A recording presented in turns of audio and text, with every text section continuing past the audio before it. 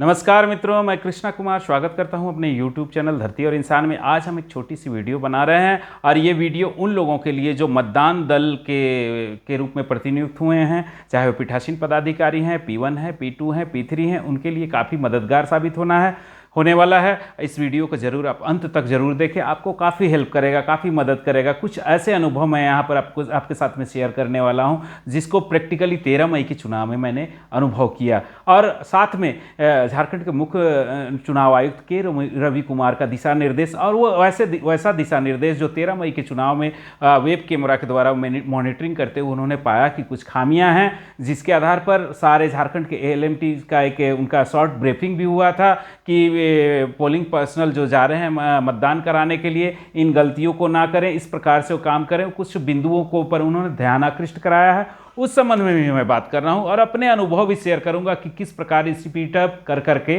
और स्मूथली हम मतदान करा सकते हैं। तो सबसे पहले झारखंड के मुख्य चुनाव आयुक्त के रवि कुमार के दिशा निर्देश या गाइडलाइंस का चर्चा कर लेता हूं, उसके बाद अपने अनुभव में शेयर करता हूं।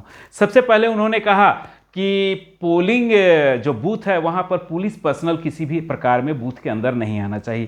तो अगला बात उनका था कि पीठासीन पदाधिकारी अपना सेटअप किसी भी परिस्थिति से बूथ से बाहर बरामदे में नहीं लगाएंगे, बूथ के अंदर में पोलिंग पर्सनल पीठासीन पदाधिकारी का टेबल लगेगा। अगला बात उन्होंने कहा कि एजेंट्स जो हैं वो भी बूथ के अंदर में रहेंगे। अगला फिर उन्होंने दिशा निर्देश दिया, जैसा कि उन्होंने पिछली चुनाव में उन्होंने अनुभव किया कि आपके बूथ के अंदर में 3 ही मतदाता होना चाहिए, एक P1 के पास में, एक P2 के पास में, एक P3 के पास में, ताकि स्मूथली बिना डिस्टरबेंस के हम काम करा सकते हैं। अगला निर्देश उन्होंने दिया ये BLO के संबंध में है। BLO जो है सो बूथ लेवल के हेल्प डेस्क के पदाधिकारी होते हैं और उन्होंने पाया था कि मैक्सिमम जगह के BLO जो है सो मूवमेंट करते हुए नजर आ रहे थे, जबकि हेल्प डेस्क का उनका एक निश्चित स्थान बना हुआ है, टेबल लगी हुई है, उनकी कुर्सी लगी हुई है और मतदाता को हेल्प करने के लिए वहाँ पर है। तो एक निर्धारित स्थान पर वे बैठे रहेंगे और पीठासीन पदाधिकारी जो सक्षम पदाधिकारी होते हैं अपने बूथ को मैनेज करने के लिए इन बातों को ध्यान में रख करके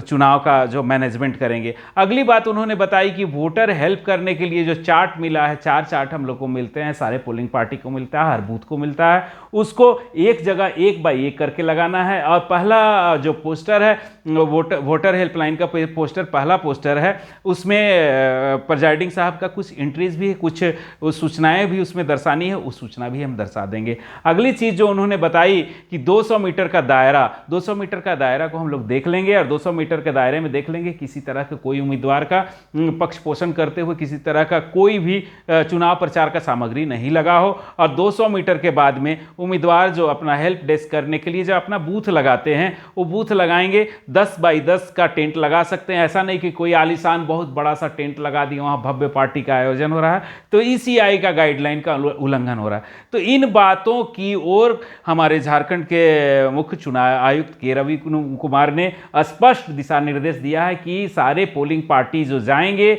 मतदान कराने के लिए इन बातों पर ध्यान रख कर के ही काम करें। अगला जो महत्वपूर्ण बात उन्होंने बताया कि वोटर की लंबी लाइन अगर लगी हुई है आपके बूथ में तो ये अच्छा संदेश नहीं जा रहा है। मान लीजिए कोई वोटर है और उसको वोट कर अपना मतदान करने में 1.5 घंटा का समय लग रहा है, 2 घंटा का समय लग रहा है या 3.5 घंटा का समय लग रहा है, परेशान हो जा रहा है वोटर, तो ये अच्छा नहीं है। और इसके संबंध में उन्होंने स्पष्ट दिशा निर्देश दिया है कि हमको बूथ में क्या करना है, वोटिंग को स्पीड अप कर देना है। और इसके संबंध में उन्होंने एक चिट्ठी भी जारी करने की बात कही थी कि अगर वैसे बूथ जहाँ पर 1200 से ज़्यादा वोटर हैं वहाँ पर रिजर्व जो ब्लॉक में रिजर्व मतदान कर्मी रहते हैं वहाँ से मतदान कर्मी पूरा दल दिया जाए। और वैसे बूथ जहाँ पर 700 या 800 वोटर हैं वहाँ पर P2 के रूप में अतिरिक्त सरप्लस में एक जो है सो कि मतदान कर्मी पोलिंग पर्सनल पोलिंग अफसर 2 दिया जाएगा। ये इस तरह की बात उन्होंने की। अब वैसे अनुभव आप लोगों के साथ में शेयर करना चाहता हूँ कि किस प्रकार से स्पीड अप करके स्मूथली हमारे अपने काम को हम लोग बेहतर तरीके से अपने बूथ में कर सकते हैं। तो मैंने अनुभव किया कि कुछ बातें, छोटी छोटी बातें जिसको मैं आपको शेयर करना चाहता हूं और आप इस ओर अगर ध्यान देते हैं तो स्मूथली आपका स्पीड अप हो जाएगा।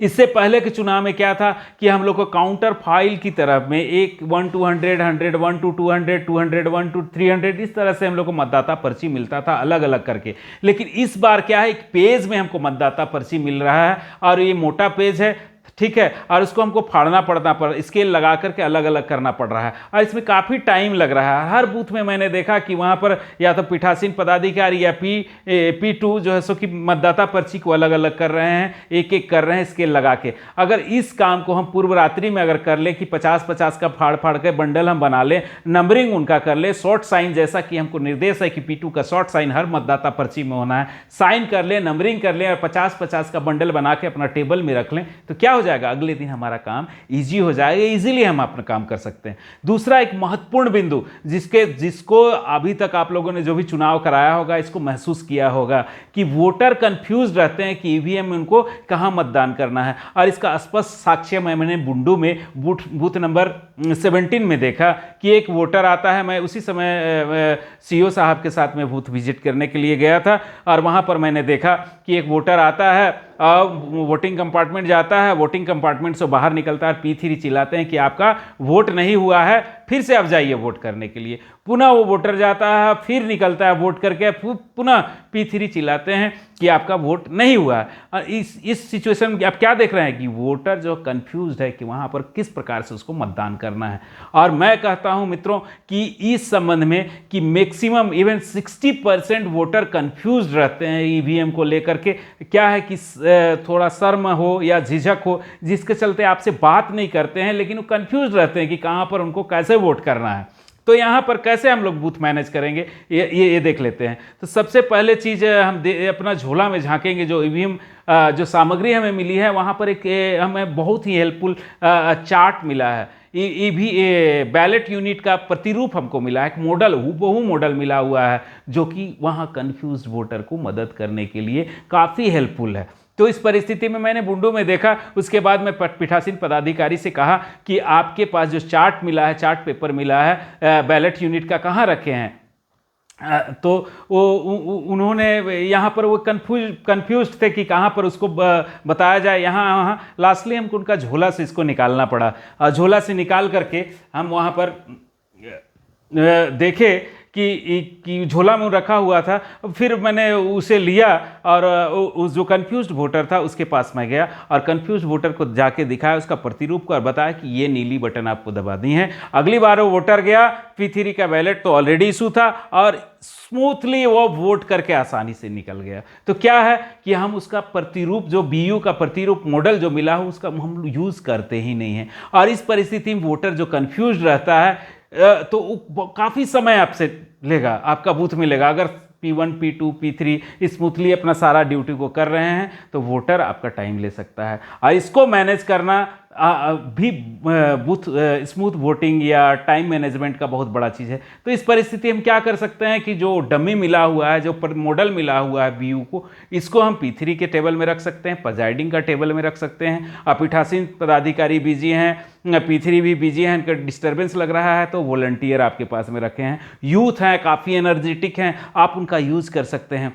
तो क्या एक ब्रेन वॉश कर देंगे एक वॉलंटियर को बुला करके कि आपको इस प्रकार से इस प्रतिरूप को लेकर के, वैसे जो वोटर लाइन लगे हुए हैं आप गेट में खड़ा हो जाइए और हर वोटर को एक बार बोल देना है कि ये नीली बटन दबा के आपको वोट करना है। तो इस प्रकार से क्या कर सकते हैं कि वोटर आपका कंफ्यूज नहीं रहेगा, कॉन्फिडेंट रहेगा। अपना फॉर्मेलिटीज़ पूरा करने के बाद जब वोटिंग कंपार्टमेंट में जाएगा तो इजीली नीली बटन दबाकर अपना जो इच्छित उम्मीदवार हैं उनके सामने अपना वोट दे सकता है। तो इन बातों को ध्यान में रख करके जो झारखंड के चुनाव आयुक्त हैं उनका दिशा निर्देश का पालन करते हुए हम लोग स्मूथली वोटिंग करा सकते हैं। इसी छोटी सी वीडियो के साथ मैं बहुत बड़ा संदेश आप लोगों को देना चाहता हूं मित्रों, और ये वीडियो काफ़ी हेल्पफुल आप लोगों के लिए रहेगा। अगर अभी तक आपने मेरे चैनल को सब्सक्राइब नहीं किया है तो कृपया इस चैनल को सब्सक्राइब करें, लाइक करें। ज्ञान और मनोरंजन का भंडार है हमारा ये चैनल धरती और इंसान। मित्रों धन्यवाद।